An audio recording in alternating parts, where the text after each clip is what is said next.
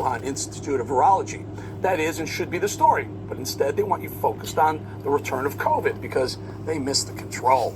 They're busy hyping new variants, a new vaccine, and even a new pill that supposedly kills the virus before it infects the body. And I don't know about you, but I'm not exactly trusting what the big corporate media says, nor will I willingly comply with mandates coming from either this White House or the CDC with a known history of untruths. And even as Democrats say we now know a lot more to excuse their draconian behavior, they seem to be destined to try desperately to repeat the very same mistakes yet again. So let's bring in our panel of doctors for real answers and truth about what's really going on. Let's bring in Dr. Jay Bhattacharya, professor of medicine at Stanford, and trauma and emergency Dr. Kelly Victory, president of Victory Health. I'm not sure if you do this, but you should if you don't. Dr. V, I'll start with you now.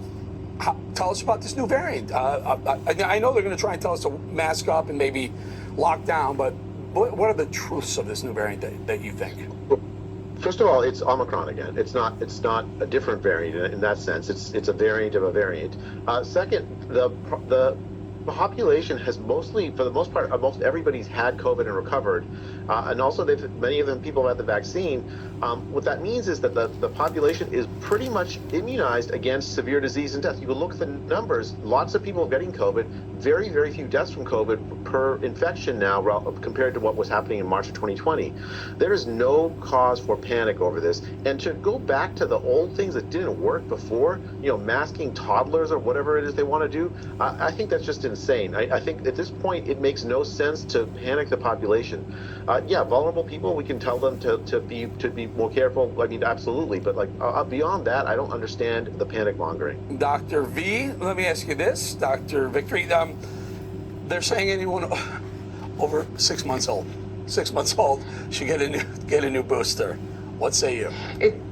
I am flabbergasted that these, quote, new boosters even got authorized under the emergency use authorization, Eric. And here's why. As Dr. Bhattacharya said, this new variant, quote unquote, is a variant of Omicron, but it's not the one that they have based the boosters on. XBB, that the new boosters are based upon, only constitutes 4.7% of all the cases of COVID. In other words, it's already mutated away. And this is largely the reason we've never been able to create an effective vaccination against a coronavirus. They simply mutate too quickly. And by the time you get a vaccine out, that variant is already long gone. The good news is that this virus, despite the fact that it was, as you said in your open, created in a laboratory, or at least modified in a laboratory, the good news is it has continued to mutate in the way that we would expect for a naturally occurring virus, meaning two things.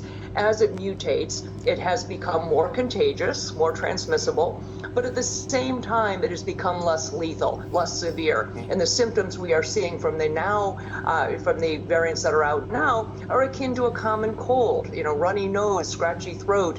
People are not needing to go to the hospital with this, and they certainly are not dying from it. So it begs the question, Dr. Bhattacharya, Dr. Fauci said that, yes, some myocarditis does happen from this vaccine in hindsight. Meanwhile, if you said that 2 years, 3 years ago, you're maybe fired, thrown off social media. Okay, so maybe, but we're seeing a lot of young people, some athletes, a lot of young athletes are dying of myocarditis. Is he understating the problem?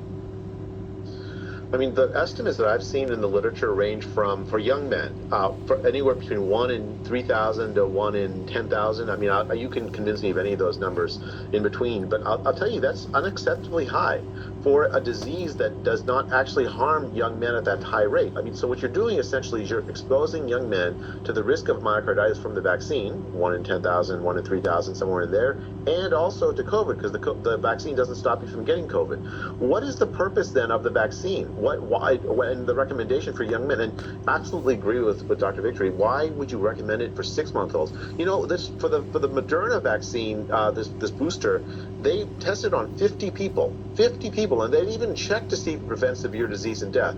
For the Pfizer booster, they tested it on mice. Yeah. They don't even have human populations they tested on. At this point, I completely agree with Dr. Victor. I don't understand what our agencies like the CDC and FDA are doing. They're not doing the job of protecting the American people, which is what they're supposed to do. I don't know what they're doing either. It's just a big money circle. Dr. Victory, I'm sorry I cut you short. We ran out of time. Dr. Victory and Dr. Bhattacharya, thank you both for joining us.